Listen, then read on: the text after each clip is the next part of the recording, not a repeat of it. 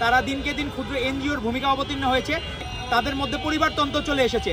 যখন আমরা দেখি এনসিপির সমন্বয়করা চাঁদাবাজি থেকে শুরু করে মাস্তানি, ডাকাতি, লুটপাট, ইভেন এনসিপির এক নেতা শ্লীলতাহানি, নারীদেরকে কিভাবে সম্মান দিতে হয় তারা সেটাও জানে না।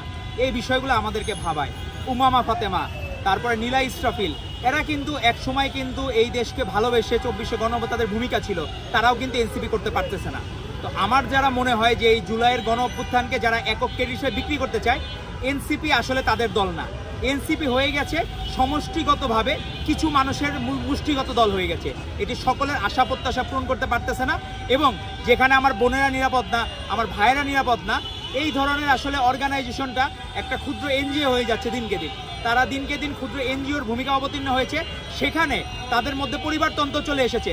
আমরা দেখলাম নাহিদ ইসলামের বাবা, উনি এনসিপির সকল প্রোগ্রামে চলে যান, সকল প্রোগ্রামে উনি সবাইকে রিসিভ করেন। তো কেন এই ধরনের পরিবারতন্ত্র আসবে? আমরা দেখলাম ডাক্তার তাসনিম যারা, ওনার হাজব্যান্ডও এনসিপি করেন। তো এই ধরনের পরিবারতন্ত্র তো বাংলাদেশের মানুষ দেখতে চায় নাই, কখনোই না। আপনি যোগ্য হইলে, যেমন আমাদের মহাসচিবকে প্রশ্ন করেছিল একজন সাংবাদিক যে আপনি কখনো প্রধানমন্ত্রী হওয়ার আশা করেন না, উনি স্পষ্ট উত্তর দিয়েছিলেন, আমি মনে করি আমার থেকে তারেক রহমান অধিকতর যোগ্য।